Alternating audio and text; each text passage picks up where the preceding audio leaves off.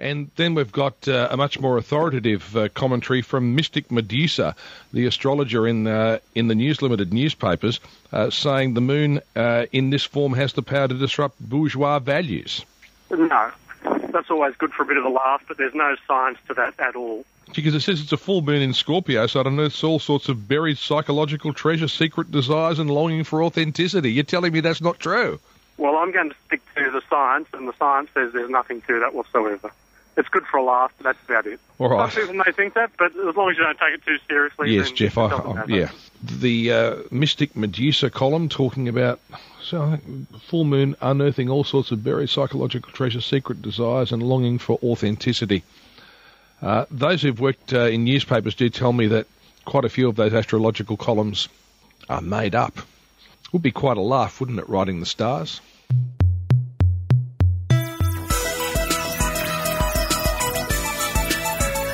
Welcome to the Skeptic Zone, the podcast from Australia for science and reason.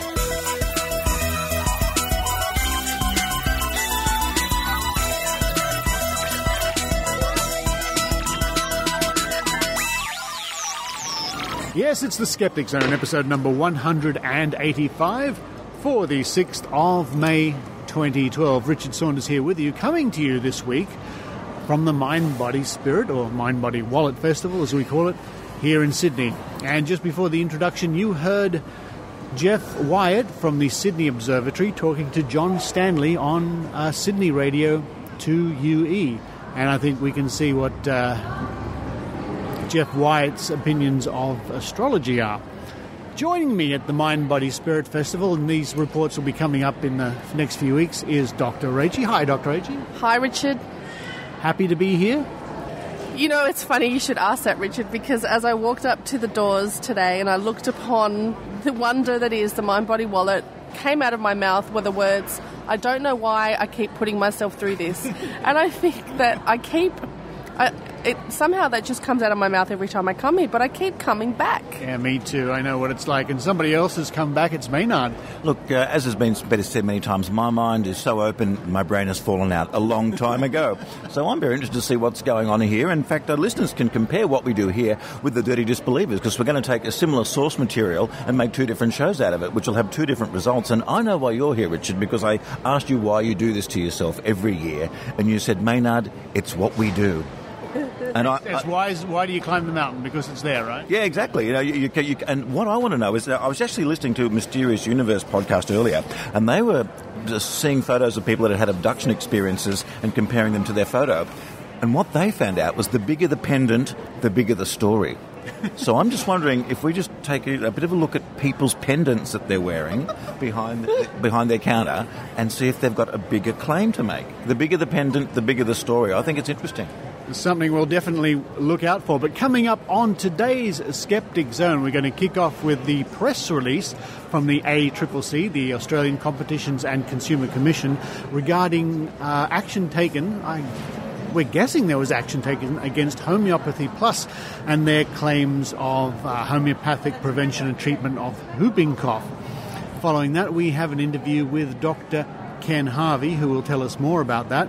And I just noticed, Dr. Rachie, and I think you let me know this, that Homeopathy Plus have put back the page in question slightly modified. Yeah, we have a web archive of the page that was originally there. That was the issue that the ACCC took, which was that, as you say, Homeopathy Plus were claiming that homeopathy was an effective prevention for whooping cough. Now, it did go down, then it came back up with some slight modifications. Yeah. Then it went down again. Yeah. Now, I don't know if it's back up it's again. It's back up this morning, yeah. Right, but they haven't removed the claims that homeopathy is effective as a treatment for whooping cough, have they? They haven't, as far as I can see. It's very worrying, but we'll find out more. And after that interview with Dr. Ken Harvey, it's Dr. Rachie Reports. What can the listeners look forward to this week, Dr. Rachie? More CAM, actually. Some recent draft proposals that the Australian government has put forth to tighten the regulation of CAM in Australia. And there's some really good news about the funding of CAM by private health funds and how the government's taking action against that. So really exciting stuff. Great, can't wait for Dr Rachie Reports. And following that, it's Maynard's Spooky Action, Maynard in the Pub. And you're going to be speaking to Ian Bryce about free energy claims, and then wandering around the pub and asking various skeptics and pub goers what they used to believe in when they were kids. Yeah, that's right. I was looking for a question, and you popped one that I should pose to people, Richard, and that was that, what did you believe in when you were a child that, you know, you had trouble letting go of, or you remember particularly graphically remembering as a child and being very important to you? Many people came up with all sorts of things, and let me tell you, the name Eric von Daniken will be mentioned more than once. And Leonard Nimoy. Cool. And Shatner. And Shatner. Man, if any show with the Shatman's a good show.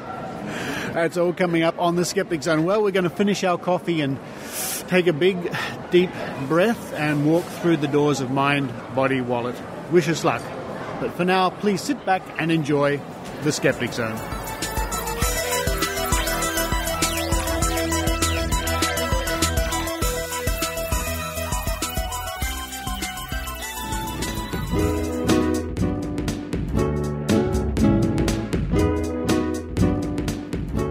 This is a press release on the website of the ACCC, the Australian Competition and Consumer Commission, www.accc.gov.au.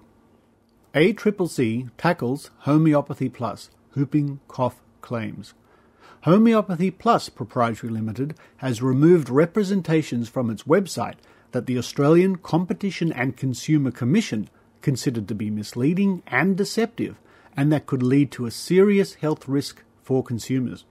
The representations were made on the Whooping Cough Homeopathic Prevention and Treatment page, which has since been removed from the Homeopathy Plus website.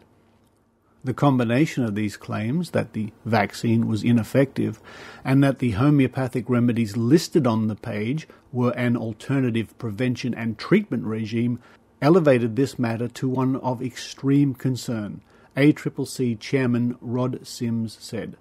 The ACCC examined content on the Homeopathy Plus website following a complaint from the medical profession. The ACCC considered that the Homeopathy Plus claims that the current whooping cough vaccine is dangerous and ineffective, while the homeopathic remedy is a proven and safe alternative, were likely to be misleading or deceptive.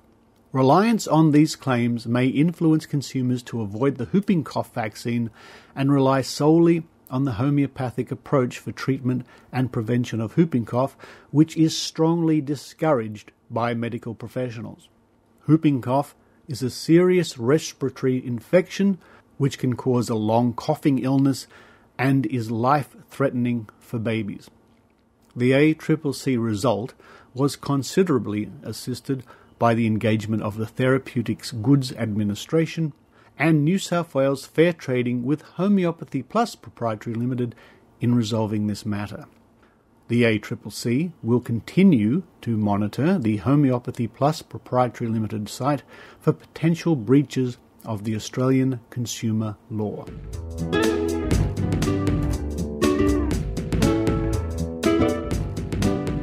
And joining me on the line now is Ken Harvey. Hello, Ken. G'day. Now, this is very interesting news, and listeners have just heard the press release from the ACCC. Are you surprised that at last some action has been taken? Well, no, in the sense that we've been bringing a lot of pressure to bear and something had to give. Homeopathy Plus were complaints. We've been putting in complaints since 2010 about homeopathic immunisation that they've been flogging. And it's really a classic illustration of the craziness of the Australian regulatory system. The complaints go to the Complaint Resolution Panel, which administers the Therapeutic Goods Advertising Code. It's a good Therapeutic Goods Advertising Code, and it's a good Complaint Resolution Panel. Complaints get upheld. In fact, on this one, quite rightly, they asked for retractions in 2010 that they requested that Homeopathy Plus should retract their claims that homeopathic immunisation was safe and effective and could replace conventional immunisation. But what happened, which is what happens a lot with the Complaint Resolution Panel, they have no power to enforce their determinations. And so The lady in question at Homeopathy Plus simply declined the request to put up a retraction. Indeed, that was in the news in 2010. Complaints kept on coming. And again, there's some interesting stuff on the TGA website. In theory, if complaints are not if the Complaint Resolution Panel determinations are not complied with, they send it to the Therapeutic Goods Administration, which is meant to be the ultimate regulator.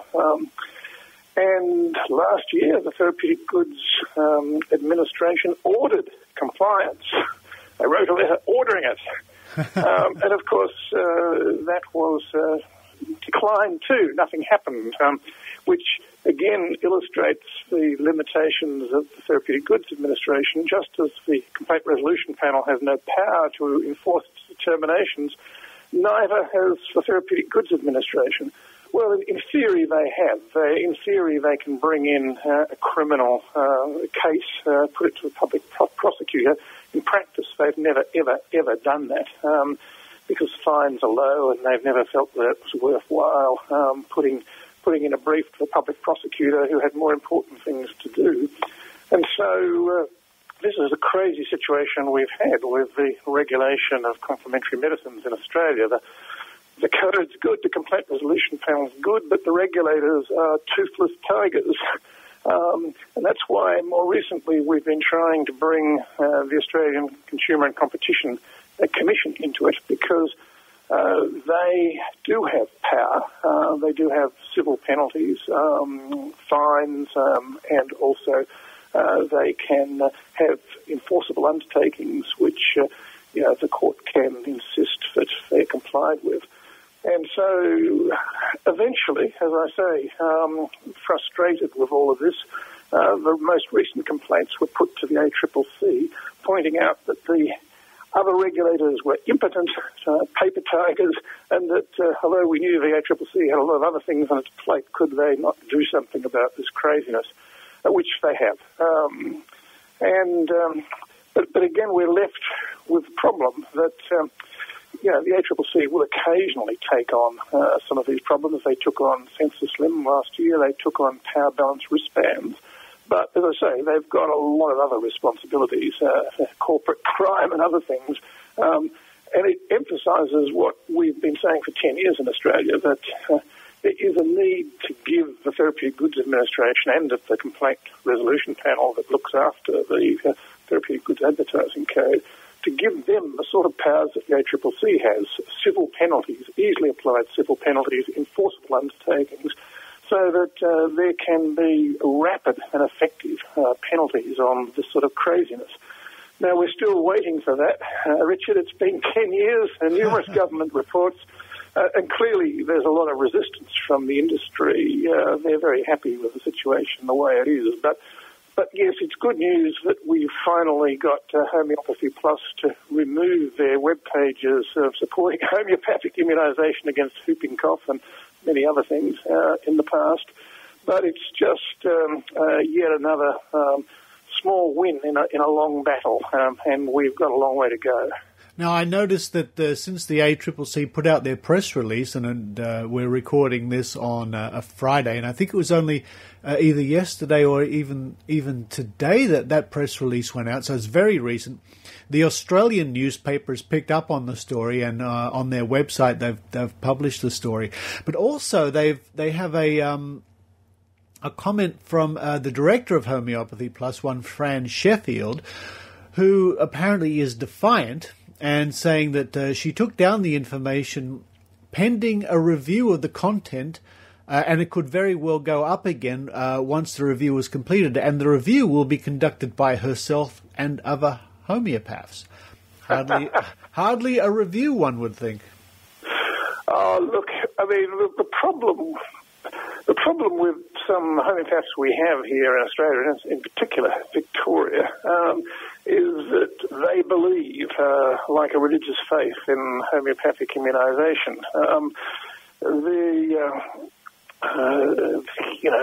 They cite dubious evidence. There was a Victorian homeopath who, for some incredible reason, got a PhD at Swinburne University on homeopathic immunisation, which was, and she should never have got this PhD, makes the point that, as we all know who examine students, the key thing for a PhD is to select the right examiners. So if you select homeopathic examiners, then anything can get up.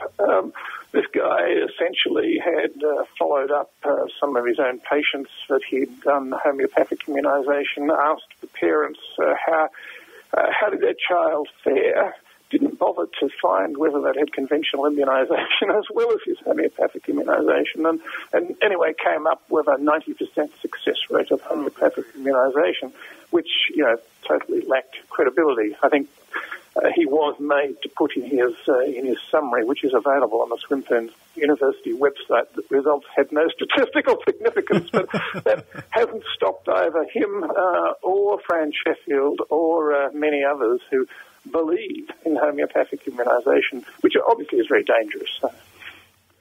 Absolutely, and it's a very good thing indeed that this has been brought to the a wider attention, especially in the mainstream press.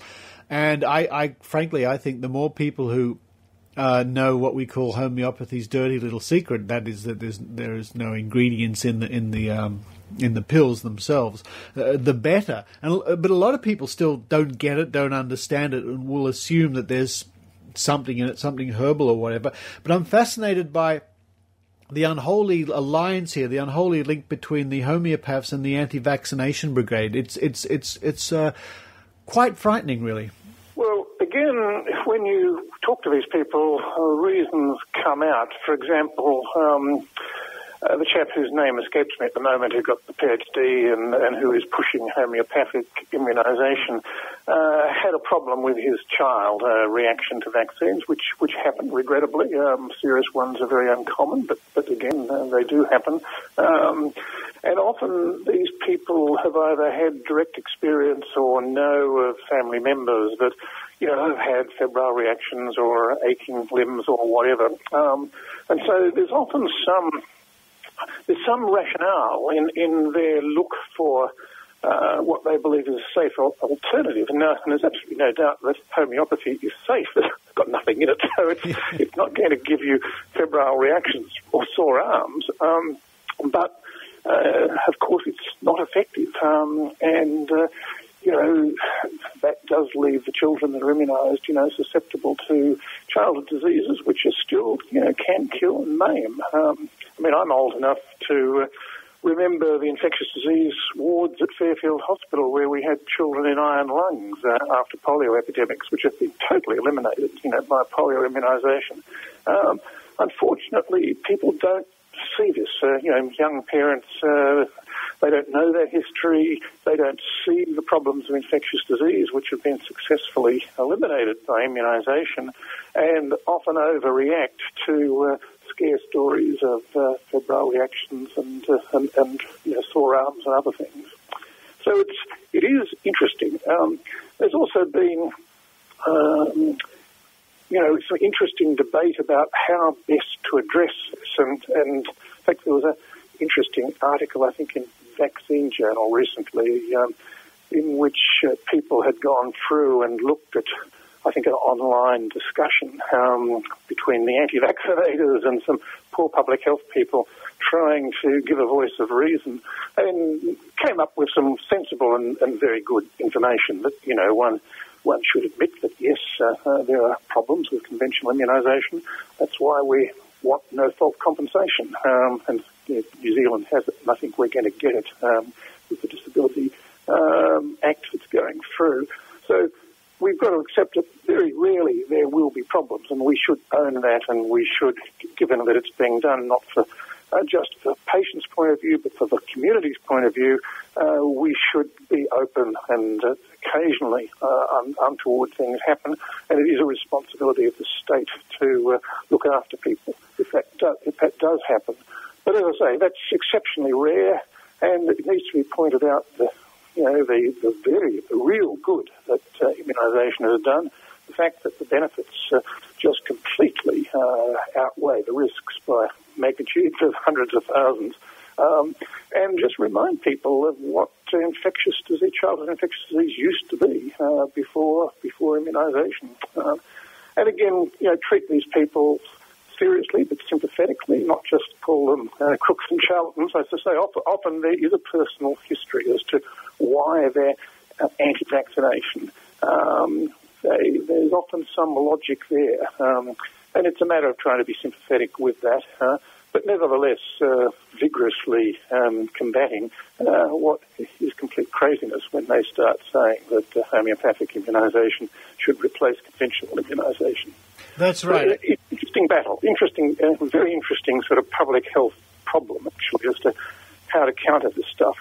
Well, it's no secret, of course, that the medical profession and science in general doesn't hide the fact that there are adverse reactions to vaccinations. They are very rare, as you say, but we're not sweeping them under the carpet, which is interesting because the term, the phrase safe and effective is used a lot, and you can understand why it's being used. We could say the same things for seatbelts. Seatbelts are safe and effective. Every now and then, however, it's possible that someone could get injured by the fact that they are wearing a seatbelt and the nature of the collision. But of course, the anti-vaccination brigade will pick up on the term safe and effective and use it to its extreme, one might say, to the superlative. They do. But and as I say, often there is some personal story that sort of accounts for that. That sort of misrepresentation of the evidence. And we know that, one person, I mean, even with the medical profession, I've heard my colleagues say, my God, the patient died when I did that, I'll never do it again. Even though, in fact, if you looked at the statistics of what they were doing and you looked at the benefits of what they were doing, it's an unreasonable reaction, but it's a very human one. Yeah. And I think this is one of the problems we're dealing with. I think you're absolutely right. Of course, a lot of people who have become converted, we might say, to these sort of things like homeopathy, have been wooed over because of personal tragedy, maybe in their own history. But what I would ask you now is, what can our listeners do to aid our cause in this sort of battle? Well, clearly, at a personal level, one needs to get the facts about immunisation, the risks and the benefits, and make sure that one's children and one's grandparents are immunised appropriately. As I say, it's still probably the most valuable public health intervention we do have in terms of preventing disease. Often the elderly and the grandparents forget about this, but they become susceptible to influenza and pneumonia, and that influenza vaccination in the elderly is very good, just as childhood immunisation is crucial. So, understand what's there, make sure that your boosters are up to date, and if you do have, and indeed I did have a relative who was a bit seduced by the anti-vaccination people, put her kids in a Steiner school, which is not unreasonable, but a lot of the parents were anti-vaccination, a lot of the mothers were. And again, it's just a matter of trying to give them the facts and also reminding them of what infectious diseases are like, of what whooping cough is like if your child gets it. It's a very, very distressing and unpleasant disease.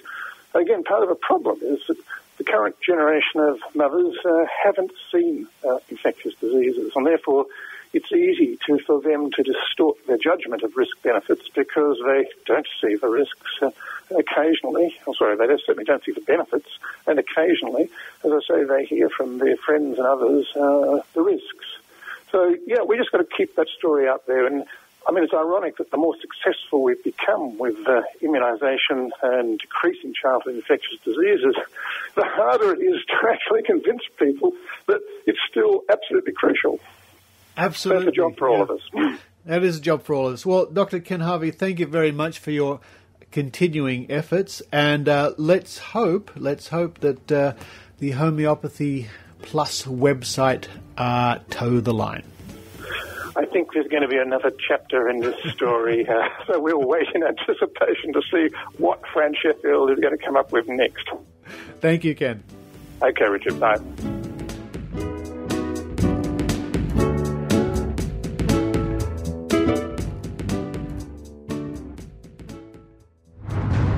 In a world where the truth is a matter of opinion,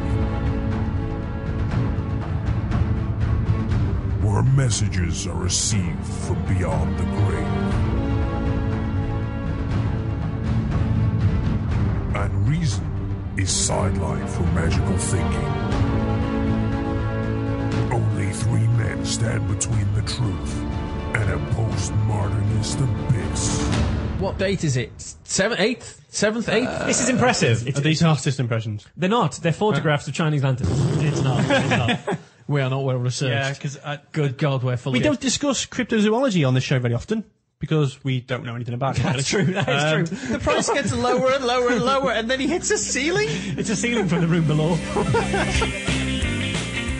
Skeptics with a K from the Merseyside Skeptic Society. Find us on iTunes. Or, don't. Now it's time for Dr. Rachie Reports with Dr. Rachael Dunlop. Hello listeners and welcome to Dr. Rachie Reports. Well, there has been some big news in Australia recently regarding the funding and regulation of complementary and alternative medicine. The Australian government has decided to make several important changes which will mean CAMs are less funded in Australia and it's going to be stricter to actually get them on the government list. The budget will be announced on Tuesday in this country and the government is keen to keep it in surplus, meaning they're looking for cuts anywhere they possibly can. One of the things they've now decided to look at is private healthcare funding of natural therapies. Now in Australia, the government doesn't directly pay for the funding of CAM, but if you have private health insurance, they do rebate up to about 30% of the cost from that. The government will be targeting things such as aromatherapy, ear candling, crystal therapy, flower essences, homeopathy, iridology, kinesiology, Reiki and rolfing. Now, apparently each year, private health companies pay out about $90 million to natural therapists, and then the government pays back them about $30 million. So if this goes through, it's going to cut off a revenue stream of about $90 million to alternative health practitioners and $30 million saving for the government. But what I find interesting is what they consider mainstream natural therapies which will be unaffected. They list here things like acupuncture, audiology, chiropractic, occupational therapy, physiotherapy and podiatry. Now, I wouldn't have put physiotherapy, podiatry, occupational therapy in the same list as acupuncture and chiropractic. And you'll also note, listeners, that chiropractic is not being targeted in this round of funding cuts. However, maybe it will be on the list next time. So this is really a good move and a very good first step by the Australian government, because the belief has been just the fact that the government funds this stuff, even though they only fund it to 30%, it then lends it legitimacy and therefore people think it works. So one of the arguments that CAM people often use is, well, why doesn't chiropractic work? It must work because you can get a rebate through your health fund. So at least now they won't be able to say this for aromatherapy, ear candling, crystal therapy, flower essences and homeopathy, as if they ever worked anyway. Personally, I'm very pleased to see that ear candling will no longer be funded by the government, and also homeopathy. So also on CAM, more news in Australia about the way that CAM is regulated.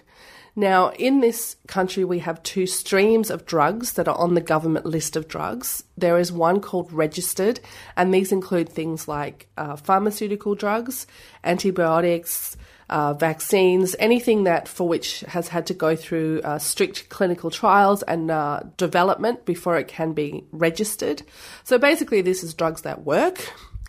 Then we have a stream of medicines or therapies called listed. So they include things like supplements, complementary therapies, cough medicine, vitamins, some bark flower remedies. Ear candles are also on that list. Yay. Now, late last year, the government did, or for the last couple of years actually, they've been doing a transparency review into the way that our drug regulator works, and they're called the TGA. And part of the outcomes from that transparency review was that there is a section in that website where you can actually put in free text. And this seemed to be an area where a lot of people were putting stuff that perhaps wasn't true and perhaps couldn't be supported by evidence. And previously, in support of a listed product, you could offer an expert report from an expert. So you could say that the evidence to support my product is that expert blah blah says that it works. Now, previously, there's been no definition by the TGA, our drug regulator, of what constitutes an expert, and so this is about to change. They have now drafted rules specifying how an expert report can be completed, and also who qualifies as an expert, and also what types of drugs they can assess for a complementary product to get listed on the government list. So according to the draft paper, an expert must have a 3-year health-related degree plus either 5 years experience as a practitioner, researcher or advisor, or must have a PhD in a related field. Now, this, of course, is going to seriously limit the amount of people that can write reports as an expert for supporting CAN products. And this means that the CAN proponents are very unhappy. In fact, the head of the Complementary Healthcare Council said the proposed rules were very worrying and, if adopted, would kill off the industry. Basically, they said they won't be able to find people to write these reports, and even if they could, they'd have to pay them, and they couldn't afford to do that. She says that for larger companies who are forced to back the efficacy of their products, they might be able to afford it, but smaller companies would struggle to be able to afford to pay an expert. Diddums. The TGA is actually taking submissions on these guidelines, so you can actually write in and make comment. Now, the CAM industry has really got its back up about this, and I know that they have already made appointments to go and visit the minister to put their case forward, because they don't want to have to pay for experts, and even if they did, the real issue here is, would an expert write in support of their product? I mean, many of these listed medicines do not have efficacy, and so they'd have to try and find an expert that would say that it worked if it didn't work. The only thing I can see that might be potentially bad about this idea is that it does open the door for experts that qualify in terms of these criteria, however, may not necessarily be evidence-based. For example, a chiropractor has a health-related degree, and if they have worked in chiropractic for more than 5 years, they would be considered an expert. For example, Isaac Golden, who's a very famous homeopath in Australia, in particular for citing the Cuban study all the time as evidence for the fact that homeopathy works, well, he actually has a PhD from the Royal Melbourne Institute of Technology. But I think in the most part, this is going to create a huge headache for the complementary medicine industry, and as reflected on by the head of the Complementary Healthcare Council, this might kill off the industry. Well, we'll see what happens. Submissions are being taken until the 25th of May, and in the history of the TGA, they tend to put forward these proposals, but they don't tend to often follow them up, as was evidenced by the huge report they did into increasing transparency of their activities, and then much of the recommendations that were made in that report they didn't endorse and they didn't take up. So we'll have to wait and see. But in any case, this is very good news for public health, protection of the public, and also increasing regulation of therapies that probably don't work. And until next time, this has been Dr. Rachie Reports. Dr. Rachael Dunlop is one of Australia's foremost media commentators in matters concerning so-called alternative medicine. She has appeared on national radio and national television. Dr. Rachie is available for interviews, and you can contact her at Rachael@skepticzone.tv.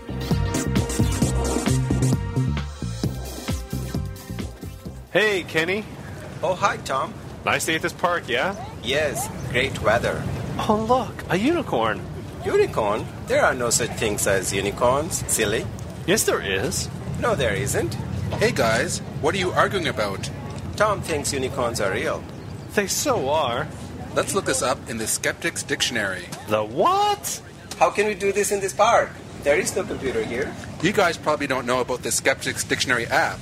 Available now for iPhone, iPad, and iPod Touch in the App Store. Wow, cool. The app lets you access all of the great Skeptics Dictionary articles when you're on the go. Here, let me look up unicorns. Oh, cool. Kenny, prepare to be proven wrong. It says here, the unicorn is a creature from fables. Aha! Actually, I see now that someone just dumped their ice cream cone on that horse's head. Thanks, Skeptics Dictionary iPhone app. Here's Maynard's spooky action at a distance. I'm just in a small corridor with someone who's had a very interesting scientific adventure recently. Who have we here? My name's Ian Bryce. I'm the Chief Investigator with Australian Skeptics. And you've been to look at a cold fusion device, is what it used to be called, but it's called something else now. Yes, these days it's low-energy nuclear reactions, but it's really the same thing. Now, is there an example of any of them working anywhere, even in the lab, even in some CERN device, even in a nuclear reactor? There are many, many claims of them working. There's quite a group of scientists basically on the fringe of the academic community who claim to have achieved it. But none of these have really been verified or reproduced by other people. So the hard-nosed scientists are saying that there's no evidence for it at all. It's all a pipe dream. So how did you find yourself in Mullumbimby, was it? Well, Dick Smith was approached to invest in it by an Australian representative. And basically he's asked to invest in many things, but in this case they had scientists saying that it was real. So Dick felt that he said he would invest if that was the case, but he called on Australian Skeptics to look into it, so that's why I was involved. And what did you see in the video, and how did you finally work out that perhaps things weren't quite right in the video? Well, there was a lot of things that didn't look right, but the main one was that on the technical side, we've got this copper device which is claimed to contain the nuclear reaction, and it's water going in the bottom and steam coming out the top, and it's easy to calculate the power that it's producing, and it's connected to a blue box which has then got a power lead to the power point. The power in the power lead is being measured and was about 300 watts, yet there was about 3,000 watts of steam coming out. So that's why the scientists, they were able to examine every pipe and every wire on the device, couldn't find any explanation for this excess power. But I felt that it had something to do with the blue box, because the blue box wasn't really necessary unless it was up to no good.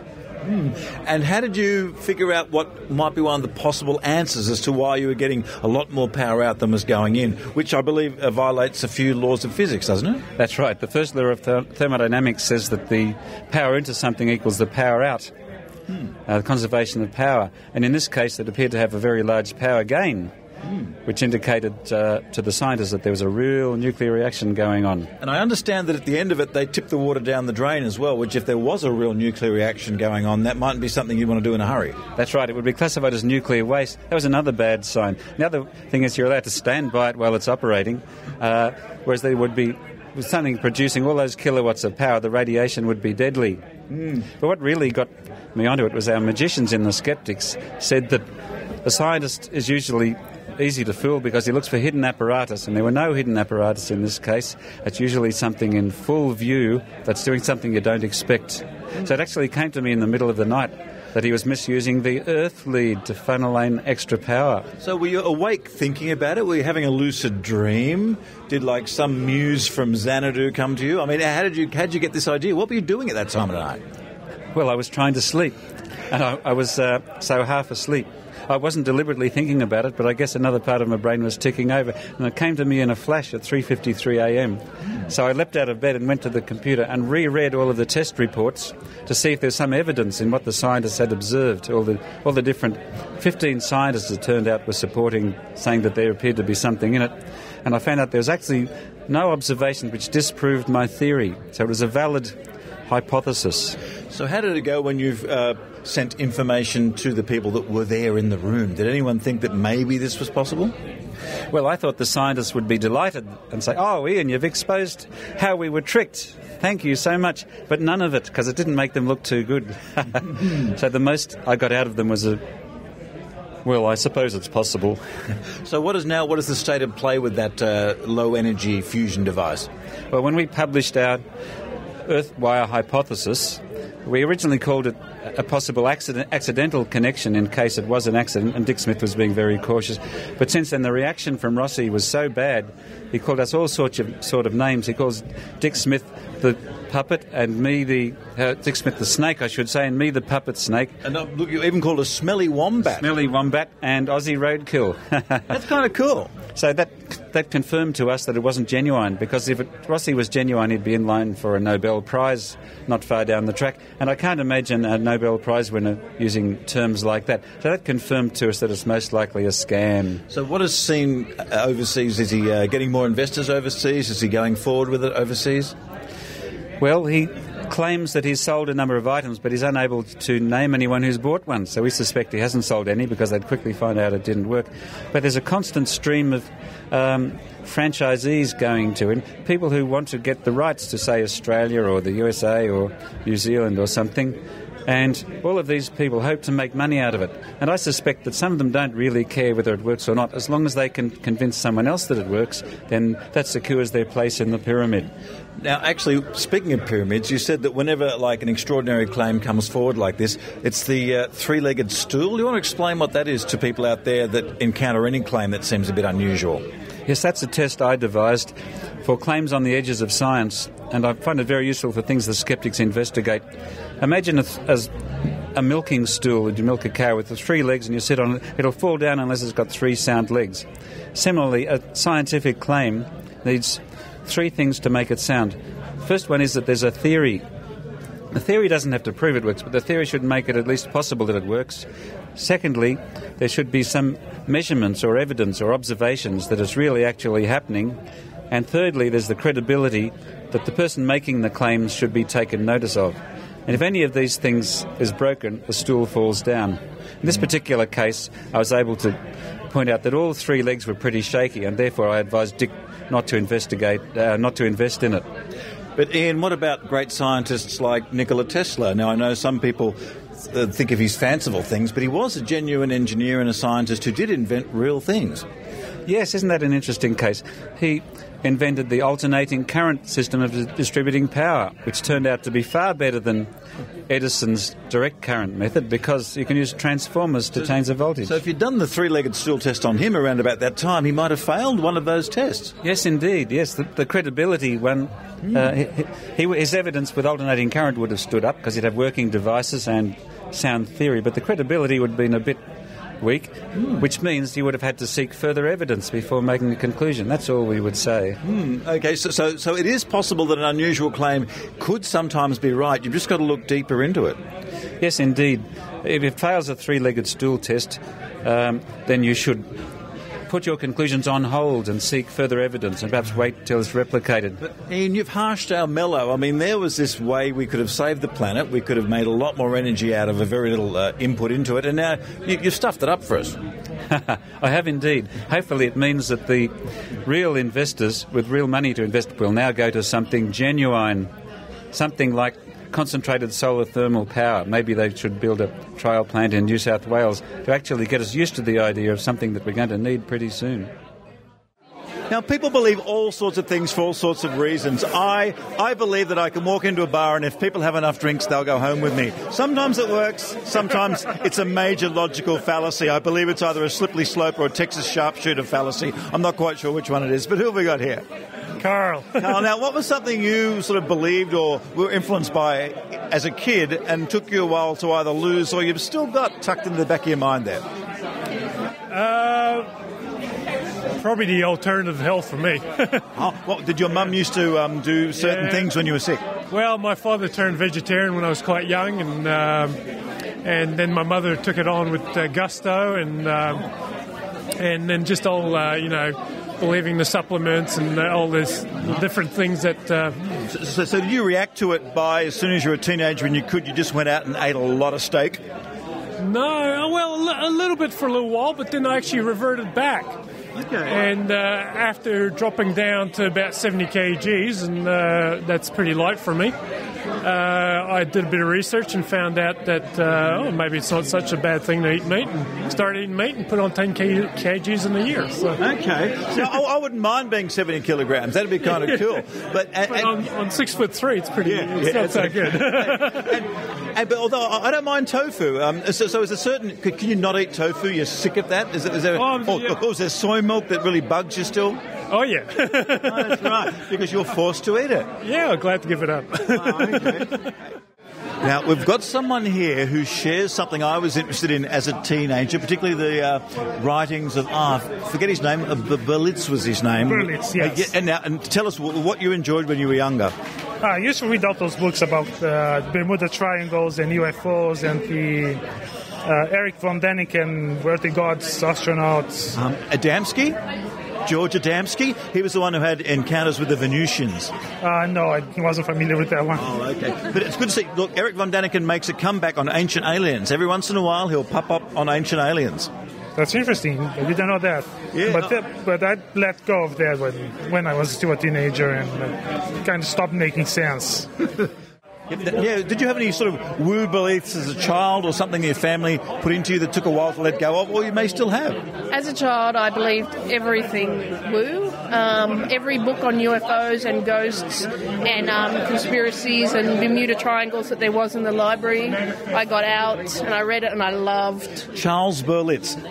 That's the name I'm looking for because I used to love that stuff. Name with the Ancient Astronauts. And Eric von Däniken. That's right. And isn't it great that he turns up on Ancient Aliens now? Right, he's still around. He's still banging on about There's it. him and the guy with the great hair. Yeah. So, I mean, I loved it and I wished it was all true and all of that. So I certainly see the appeal of it. It's lots of fun. I mean, do you still watch those kind of documentaries for their fun appeal? Yeah, I do. Sometimes they make me a bit irritated now. What about Leonard Nimoy, In Search Of? Yeah, I'm very in two minds about that because I love Leonard Nimoy and I love his voice. But then, on the other hand, there's In Search Of. Now, for those listeners out there, I recommend that you go to the In Search Of episode that's on YouTube about Bigfoot.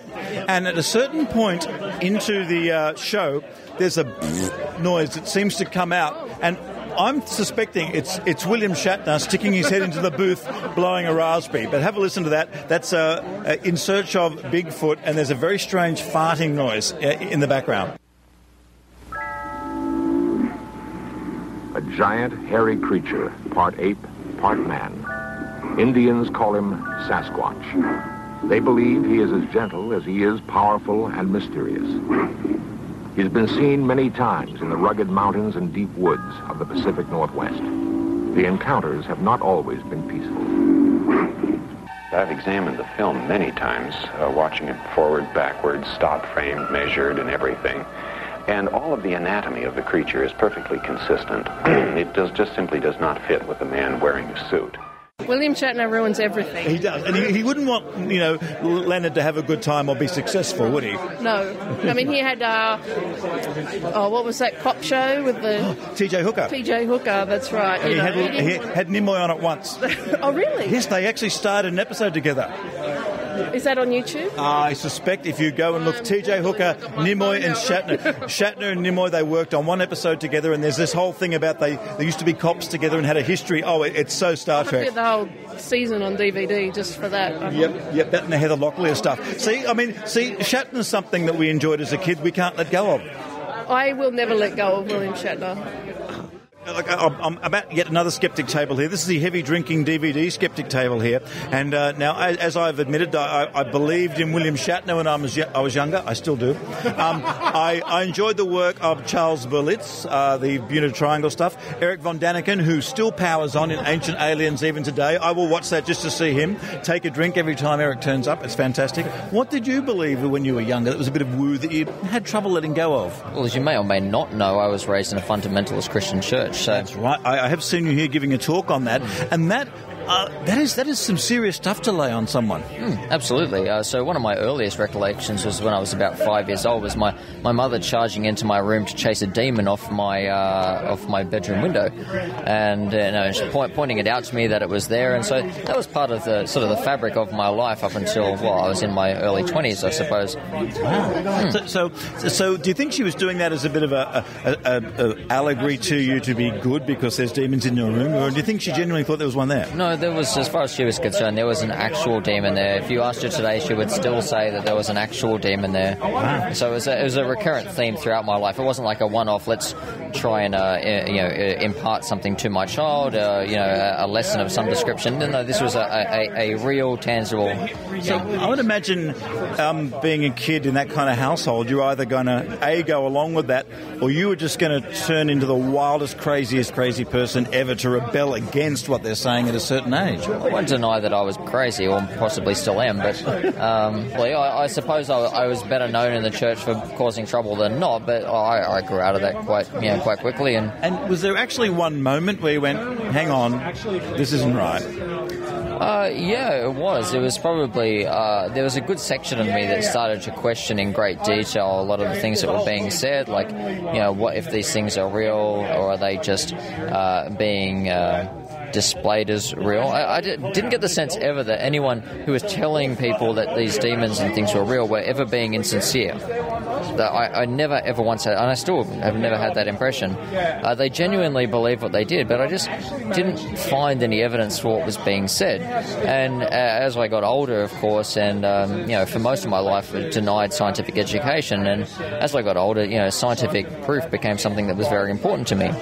And then I began to understand, how easy it is to convince people, especially if you get them at the right age or right circumstance, to convince them that something isn't necessarily so. You can convince anyone of just about anything if you give them, the right conditions and time. And now, what is your simple evidence test you use with extraordinary claims these days? Well, extraordinary claims require extraordinary evidence. It's about as simple as I can put it. I don't think I've got it. Yeah, was there something as a kid that you sort of carried through into adulthood?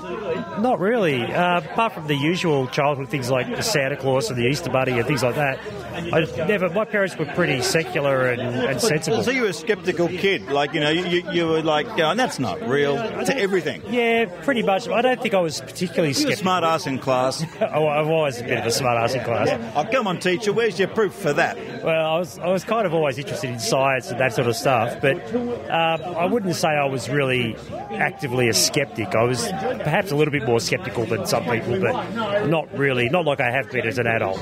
They used to make fun of me in primary school because I was interested in rockets and UFOs and space travel, but I was me and one other guy in the class in the entire primary school, because guys just weren't into that in Newcastle at that time. Yeah, I was into the same things, space, planets, even dinosaurs when I was younger, and I was interested in the moon landing and stuff, like all that sort of stuff. So I was always into that sort of science stuff. So it kicked off the science for you? It did, yeah. And then I was interested. I ended up doing engineering at uni, and went into that sort of for a career. So what sort of engineering? The electronic engineering. Electric engineering. Electronic, okay. Yeah. So can you like wire up a Volkswagen? It depends on what you want me to wire it up for.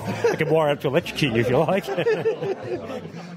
What about you? Was there something as a kid that carried over into life? When I was 13 or 14, my best friend from primary school gave me a book on, I think it was called Mysteries of the Unexplained or something. And I don't know whether I actually believed any of it. It's kind of hard to remember that back that far. But I certainly didn't quite know. I accepted a lot of the spurious arguments they used and accepted them as facts because I didn't quite know how to tell a good argument from a bad one. So I just was it kind of the excitement of all these unknown universes opening up to you? Was that part of it? I mean, for me, the possibility of what if often to me trumps actual evidence. I've got to say, if something is an interesting concept, I'll kind of go with it a certain way, despite the evidence, just because of the imaginative adventure involved. Yeah, Possibly, but I think mostly it was just they were interesting stories. They were fun. And is there one that sticks out? Not particularly. No, they've all sort of blended together. I do remember that I didn't believe the UFO stuff, despite at the time I was a big science fiction fan, and I still am. But UFOs never really caught my imagination. I just thought, not interesting enough. So you think because of your basic work knowledge of science that you were getting from some of the science fiction books you were reading, that you just thought it's just so not possible that it doesn't enter the reality? Yeah, it's possible. I mean, I watched a lot of Star Trek, and I thought, why would aliens come here in their UFOs and do essentially nothing? There's so many more interesting things to do on the Earth. Hang on, but maybe they're doing nothing because of what's that law they have on Star Trek? The Prime Directive. The Prime Directive is why the aliens aren't doing anything. Well, clearly, if we were seeing them, they're violating the Prime Directive, so they're at least not taking their laws particularly seriously. He knows his stuff. I'm just leaning all over the table here, risking knocking over wine. And who have we got here? Jessica. Now, what did you believe as a kid that was a little bit unusual that you might have carried into life? Well, I remember it was the 70s. It was the 70s. And there were drugs involved. Well, there might have. Well, I was too young. Oh, and here's something for your listeners out there. Do you know that a group of goats, the collective noun is a trip? A trip of goats. And now back to our program. It was, back to our program, it was the 70s. I was in primary school, and the thing that had a great deal of traction then was Uri Geller and spoon bending. I saw Uri Geller at the Civic Theatre in Newcastle with my mum. The radio station was giving away tickets. Oh, so what year was that? Oh, that would have been around about the same time on the same tour, and I was like mesmerised by him, but a little bit bored because he didn't have enough tricks. I was used to seeing magicians with more tricks than he had. Oh, so you knew he was a magician? Oh, no, I didn't. I thought he was a mystical guy that could do stuff, but he just didn't have enough acts, and he's, Yeah, well, I suppose as 11 and 12-year-olds, I mean, I never saw him perform, but kids at school were really into him and took him at face value. They probably also would have been into the show Kung Fu with Carradine. Yeah,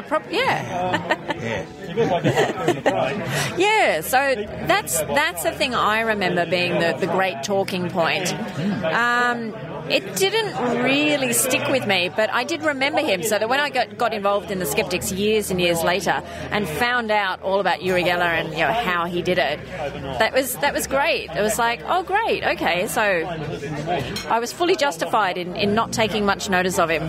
Look, there are still some people I have discussions with that think he's been hard done by, and they are very much against the work of James Randi for exposing him and saying, how dare James do that to Mr. Geller, who is of good intentions? Well, I don't know. I think Mr. Geller has done fairly well out of things, so my withers are unwrung. Hey, did you ever take his Stop the Clock test? That's where you could go onto the internet, look at a clock that was inside a safe, and if you tried hard enough, you could stop the clock.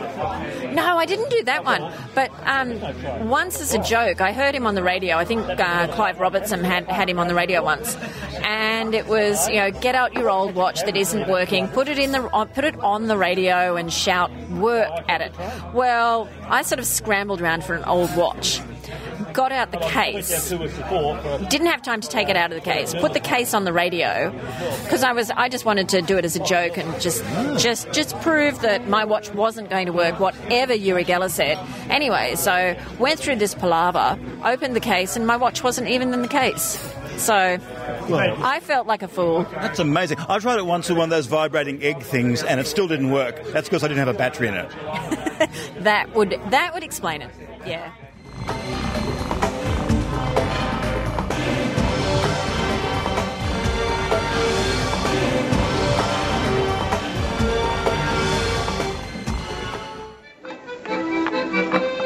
Hallo aan alle Nederlandse luisteraars. Op dit moment bent u aan het luisteren naar de Skeptic Zone voor wetenschap en kritisch nadenken. Voor meer informatie ga naar www.skepticzone.tv.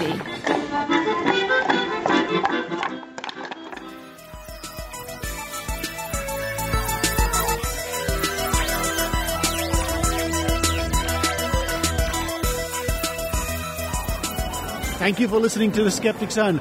Oh boy, that was a bit of a tough experience, Dr. Rachie. What is great, listeners, is the way her face goes red at certain displays, and you know she wants to say something, but she doesn't. And you know that there's a low-level cold fission reaction going on inside her.